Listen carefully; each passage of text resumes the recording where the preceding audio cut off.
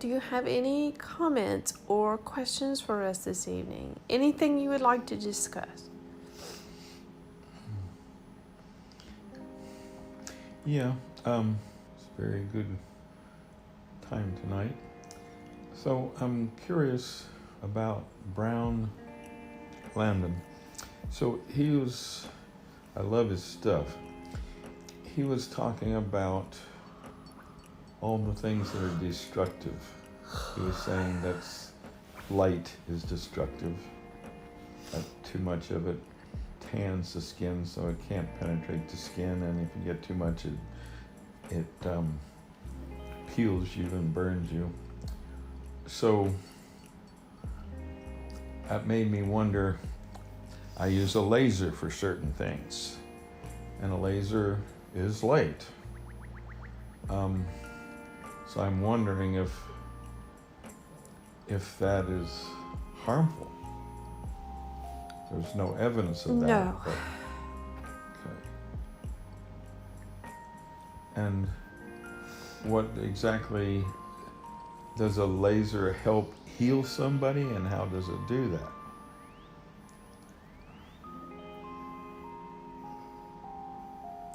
Yes.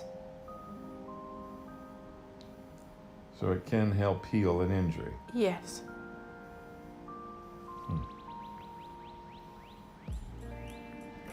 Okay, but is it the kind of thing that you'd have to do it 2 or 3 times a day? You couldn't just do it once a week. And I know everybody's different, but just generally speaking. Well, if you're asking about your patients, yes, they can make progress by using it once a week.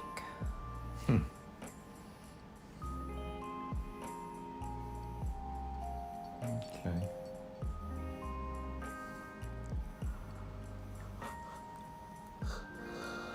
And the outcomes will vary a little from patient to patient, but as a general rule, it is worth the effort. So therefore, I should be doing it on myself every day. Yes, certainly. Okay.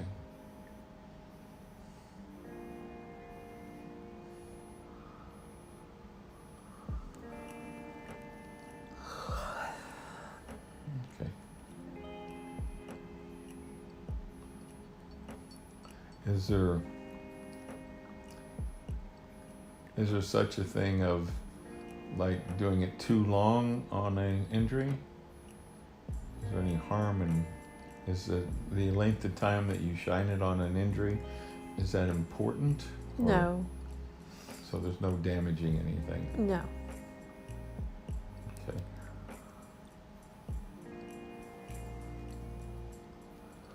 Okay, and did lasers come from a UFO?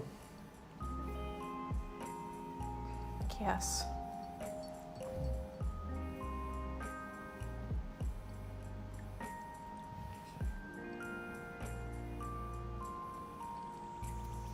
And I think I've asked this before, but the one laser that I have has a smaller light on it, which was made for doing acupuncture points, and I do it on acupuncture points with the idea that it's putting energy into that meridian. Is that true? Yes. Okay.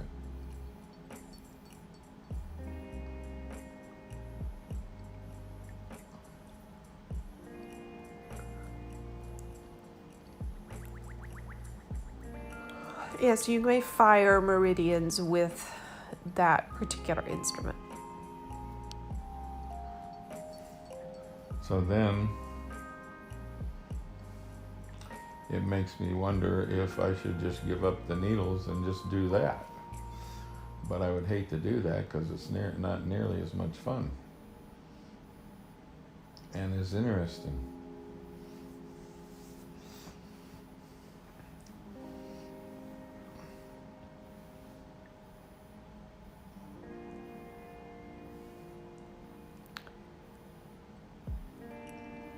Well, there is It is important not to underestimate human touch and conversation. Yes.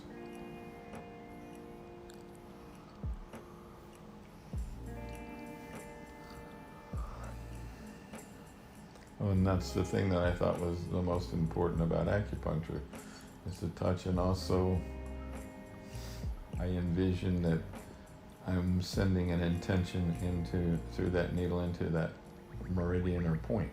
Yes. Which is helpful. Yes. Okay. And you may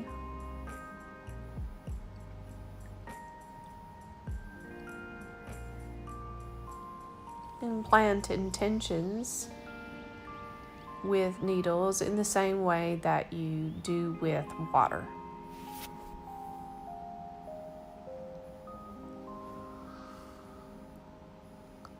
Okay.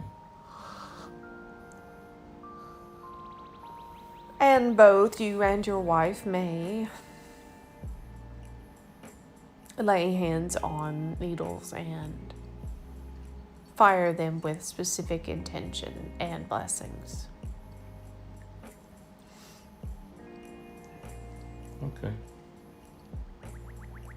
Would that be as powerful as if you did it, or Judah did it, or somebody else did it?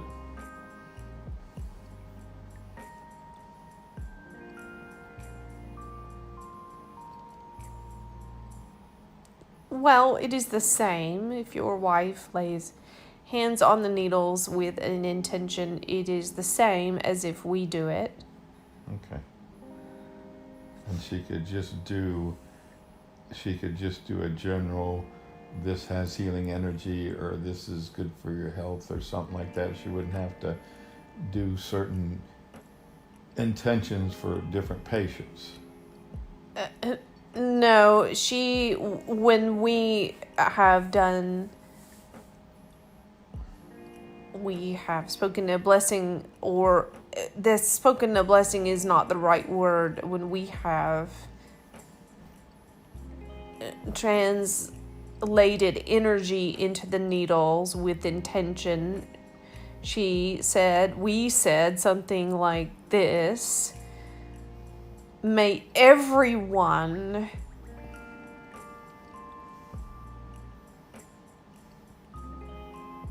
who comes in contact with these needles, be whole in body, soul, and spirit, and aligned with Source.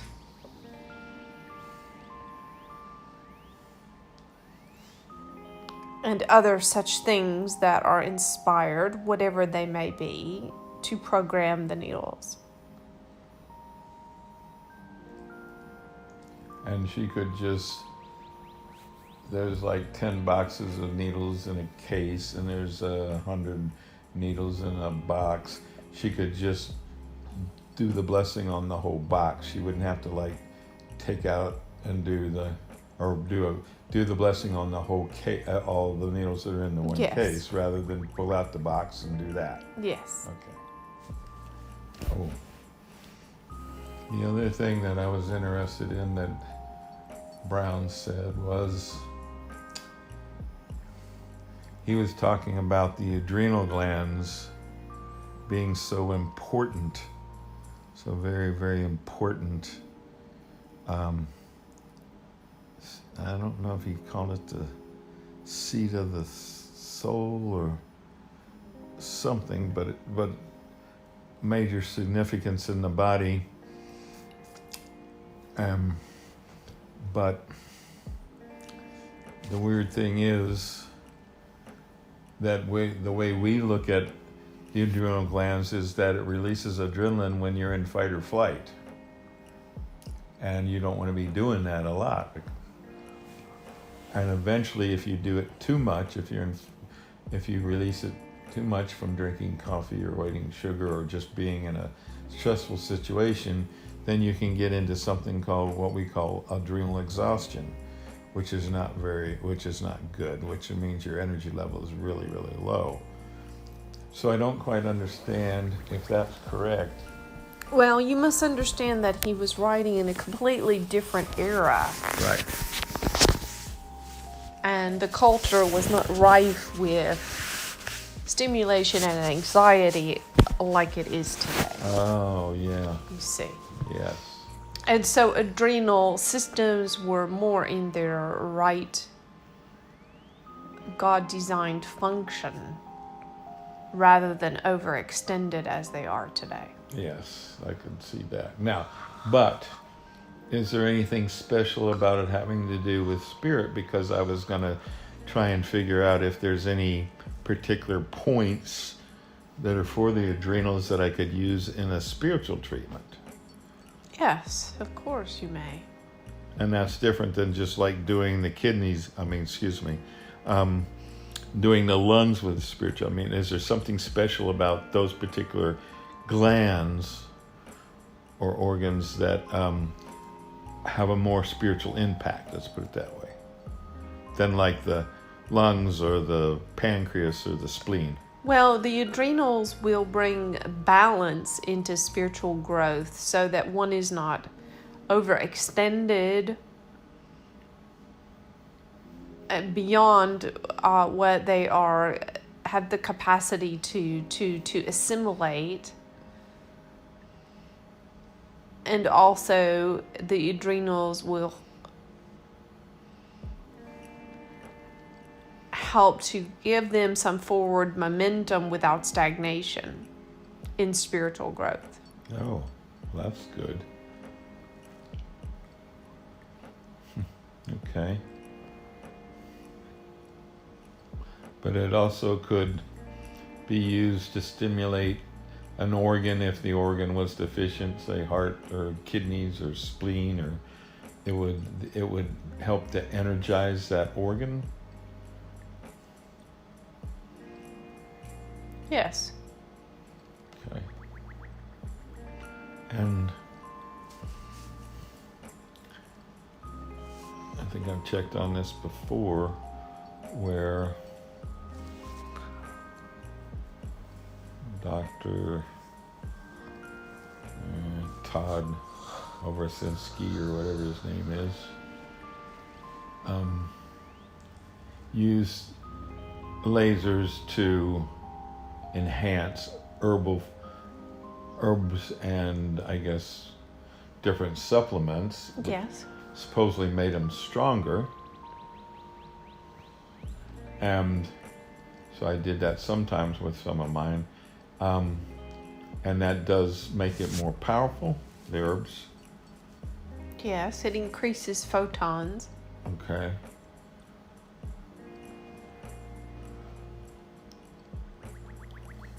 And so what would happen if you laser a glass of water and then drank the glass of water?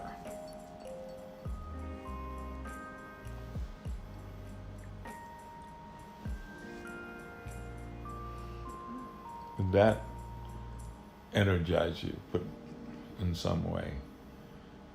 Yes. Help you in some way? Yes. If it is paired with an intention. Okay. And when I use the laser to shine on people's back when I'm doing the allergy treatment, is that working because I have an intention of them not being allergic to that particular item again? Or does it have purely just to do with the lasering of the points? It's both. Okay.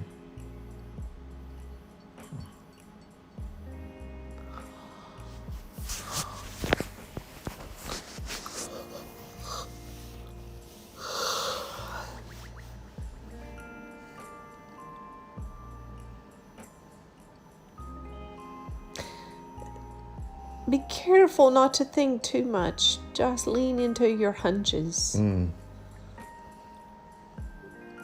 Yes. And follow through with those.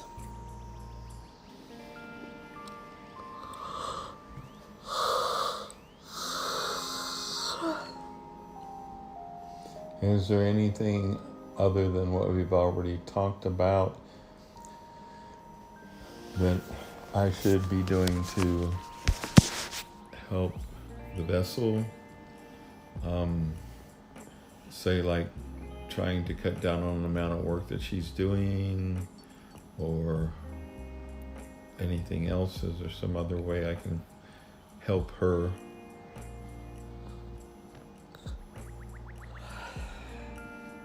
She has a lot she's doing. She's doing the book, and she's going to be teaching again, and the channeling. Is there anything else I can do to help her? We would say that it is very important to stay in the moment and take things moment by moment and be flexible. And for instance, today with the ear pain, best to address it right away rather than waiting. And so it's important for both of you to be sensitive and flexible there. She should not feel that she must wait to address certain issues. There is a lot of unseen things going on behind the scenes, you see, and there are reasons why she experiences certain things such as ear pain, and it is best not to let these things go unaddressed. Okay. And it is not always important to know why or what. Yes. But just to be flexible and take things as they come, and you're both doing very well. Yes, I'm quite fine if she wants a treatment and I ask her what's going on. I'm quite fine for her just saying, I don't know. I will trust my intuition. I'm okay with that. Yes, your treatments are very helpful for navigating the various energies coming her way.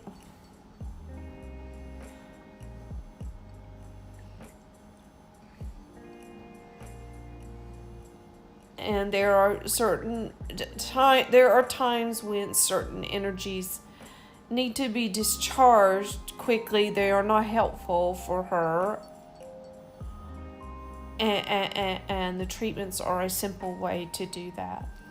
Okay, I will try to remember that and do it immediately when she requests. And the food changes are helpful. And we would say continue on with these as much as possible. A light infused foods, whole foods, foods close to their source. And you may laser the fruits and vegetables she eats if you'd like. This would be helpful. Yes. And also sometime the laser is good, continue on, and sometimes the Ajna lamp would be helpful. Okay. And overall, you are both doing well, and she is adjusting well. Okay. Just take everything one day at a time, one moment at a time, and be willing to change plans when needed. Okay. Yes, I would like to do get more into the spiritual acupuncture piece. Start to get more of that.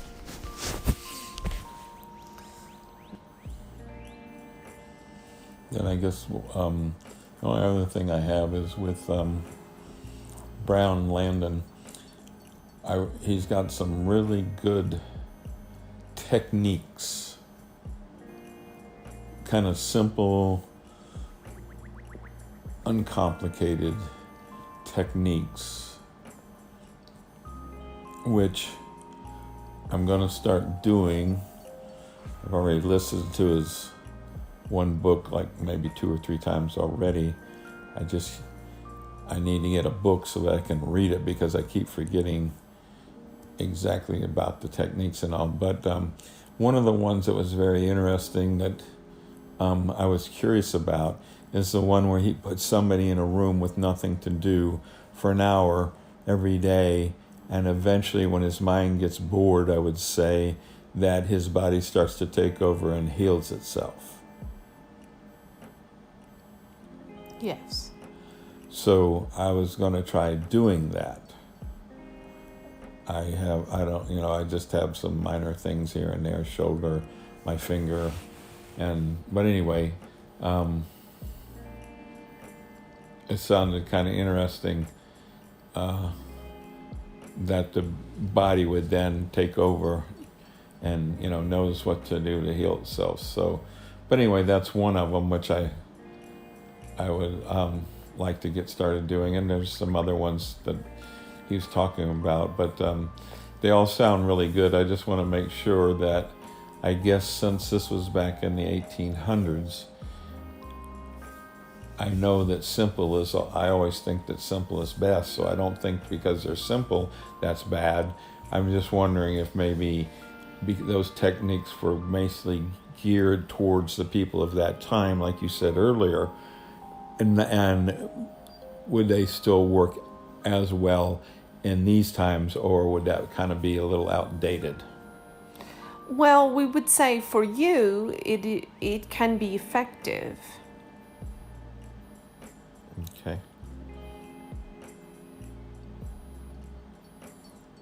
Okay. For your patients, the connection with you is more primary. But at this point, it's best for you to continue on with what you know with them. But for yourself, yes, explore this method. Yes, I wasn't thinking about patients.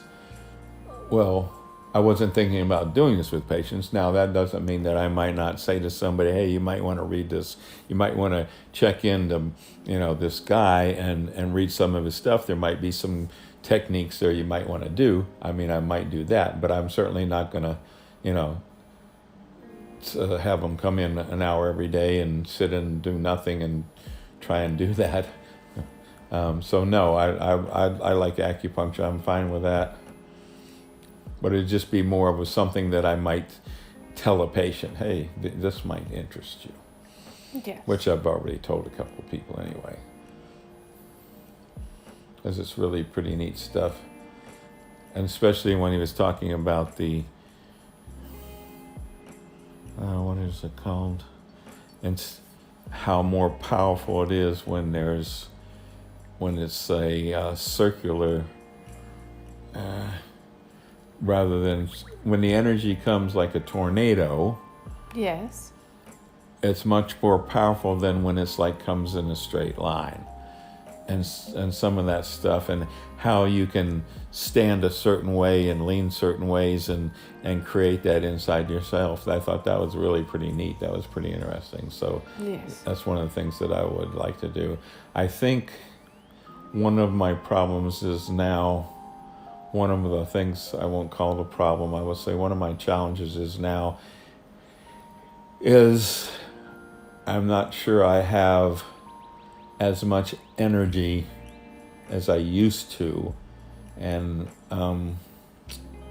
although my days are getting much better, I'm doing pretty good. But it just seems like that's part of what's preventing me from moving maybe as fast ahead as I could. Let's put it that way.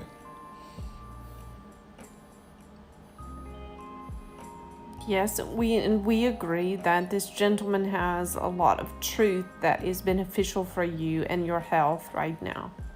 Okay. And as with any teaching,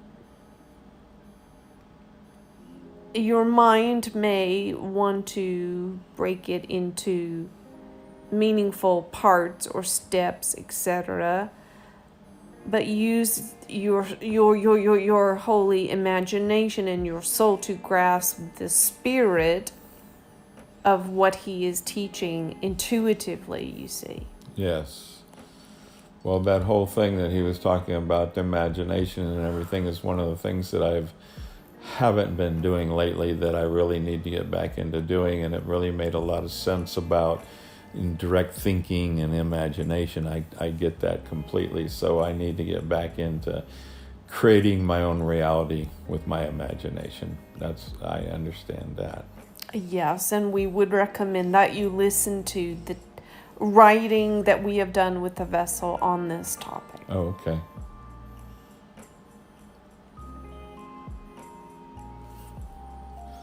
So, where is Brown Landon now? He is not living. Right. But okay, maybe I should say, where's his He soul? is reincarnated. Oh, in a human form? Yes. Wow. Was he as brilliant as he was before? Is he now as brilliant? Yeah. Yes, most certainly. Well, then is he well known? Yes. Would I know him? Not know him, but if you mentioned his now name, would that be something that I would know about? We do not think you know of his current incarnation. Okay. Wouldn't mind meeting him. Is he aware of his past history? No. So he's in a different place now. Yes. Okay. Do I need to go wake him up? Remind him who he was? Okay. He operates in much healing and truth and wisdom. However, he has not recovered all of the insight from his former incarnation as Brown. So in that lifetime, he wasn't enlightened? Yes, he was an enlightened being. Oh, so what's he doing coming back? Some enlightened beings choose to come back in the incarnation. Oh. Huh. Oh, okay. I really know nothing about enlightenment, and I thought I did. Most do not, but some do. I would have thought if he was enlightened, he would have passed away consciously, reborn consciously, and remember everything. But nope, guess not.